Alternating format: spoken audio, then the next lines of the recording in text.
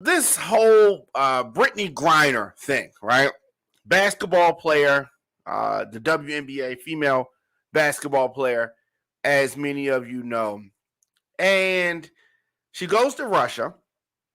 And so she goes there often to play on the off season. And I have heard folks make excuses for her, right? So they'll say, oh my God, this is a tragedy that she even has to go to Russia to play ball. Nobody said she had to go to Russia to play ball. She chose to go to Russia to play ball. So then they're going to say, oh, well, they don't pay the ladies as much as they pay the men, and that's why she had to go there. Look, the ladies love, and I love the ladies, right? But their games don't have the kind of turnout or the type of energy that the NBA has, and that is why they have less people at their arenas, at their shows, right? At their games. And then they will say, oh, well, they put more money into advertising the ladies' games, then the ladies' games will be just as popular as the male games. No, they wouldn't. No, they wouldn't. Right?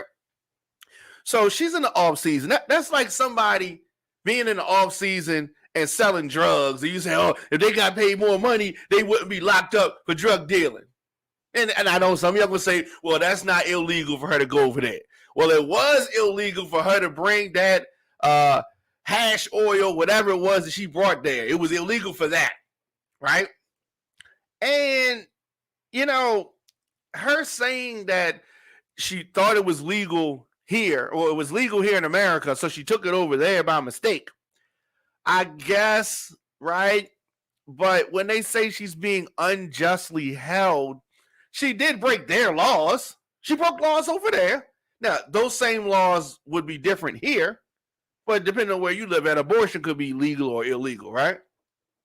You couldn't go and get an abortion somewhere where it's illegal, like in Texas, right? And I can say, well, I live in Maryland, and so, I just didn't realize, you can't, that doesn't fly here in America, but they want you to let that fly over there. So I take issue with she's unjustly being held. She's being held based on the laws there. Now, are their laws the same as ours? Right? Are their laws the same as ours? No, they're not.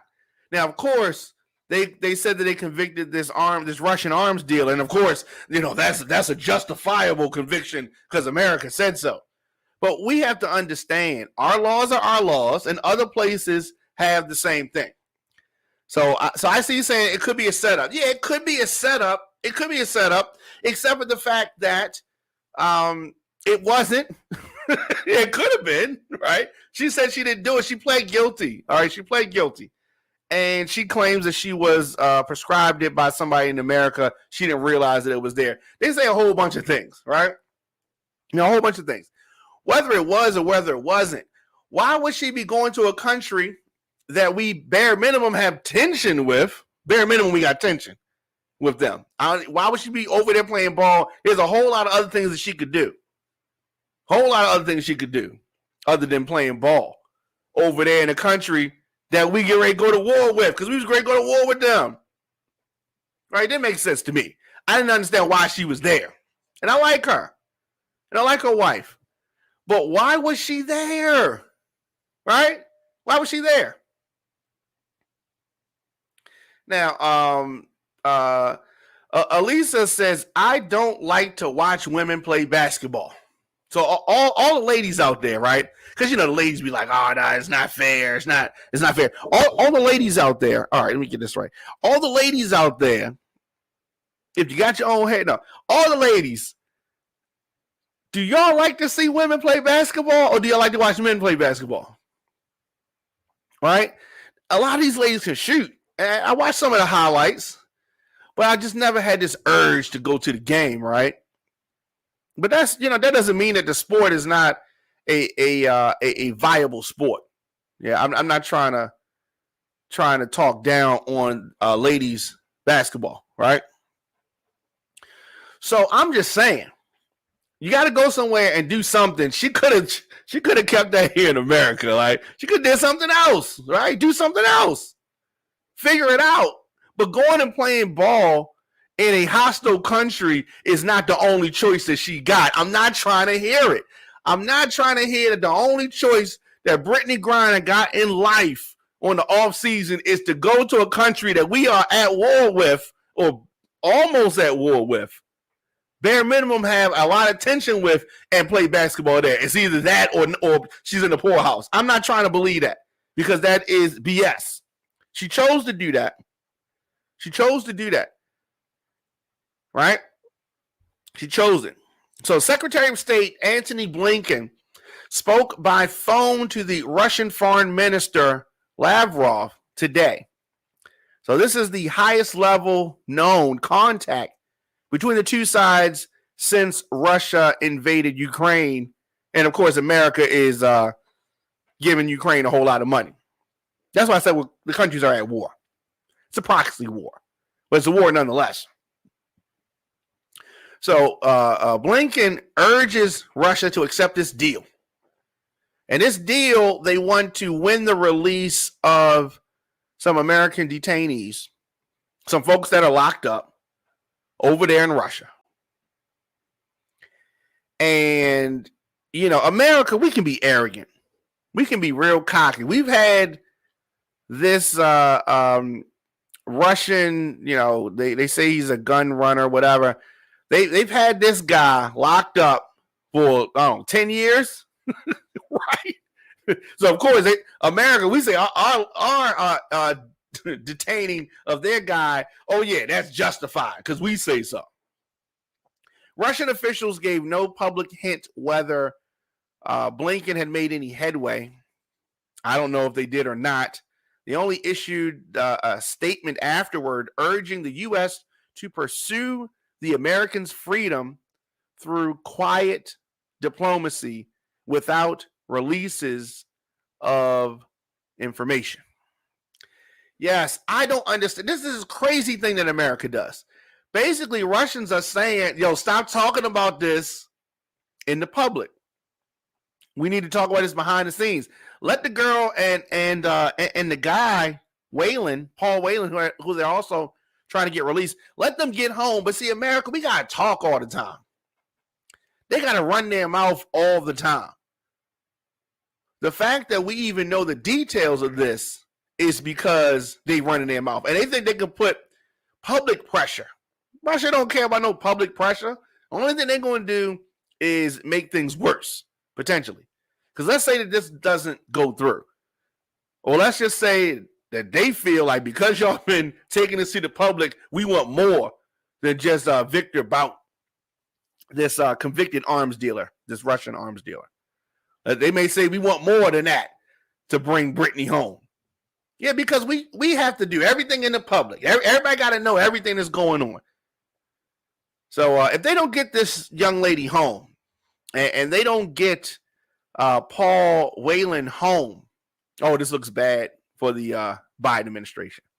Looks bad. Now, yes, I'm telling you that Brittney Griner ain't going nowhere. She ain't even going to have a Russian whiskey. She's going to stay as far away from Russia as possible when she gets home. Nothing. She don't want no Rubens, nothing. All right. So the officials in recent days have been publicizing their efforts to get Griner back. Why are they doing this? They're doing this for what reason? Is this for Brittney's family? She's a WNBA star, as we know. Whelan is a corporate security executive whose these cases have drawn widespread national attention, as they should. Now, the direct outreach to Russian officials allows the Biden administration to show it's going all out to try to free the citizens. So they're doing this for PR purposes. But is this going to actually help bring these Americans home? Blinken did not provide any details about Lavrov's response to what he previously called a substantial proposal. But of course, he's going out, he's doing interviews, he's running his mouth. He's publicly requested the call and revealed the existence of an offer to Russia.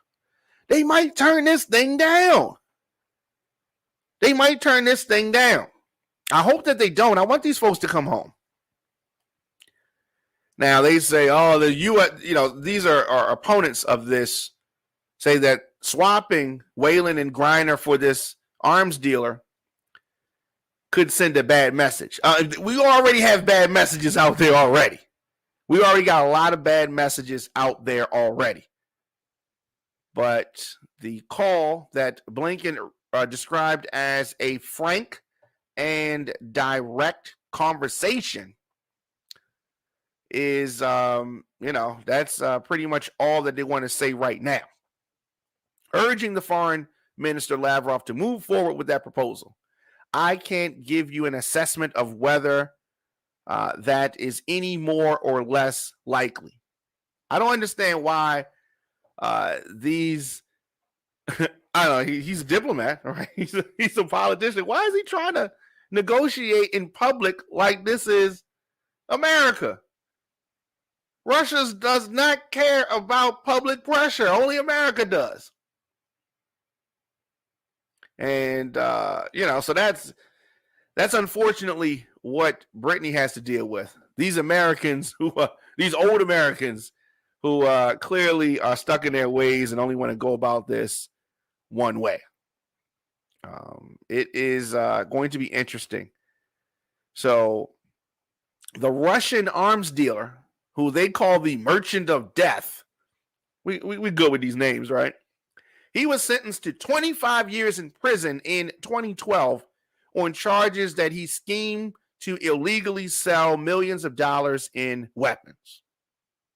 Oh, is that a fair sentence? 25 years for that? So I think that Russia is going to drag this out. They're going to try to humiliate Biden and America as much as they can. That's what I think is going to happen. They're going to try to drag this thing out. Wow. Will Russia swap 2 for 1? Elisa, I say no. I say that they're going to change the terms. Russia's going to probably say, we need 2 for 2, right? Maybe. I don't know. Hopefully these folks get home.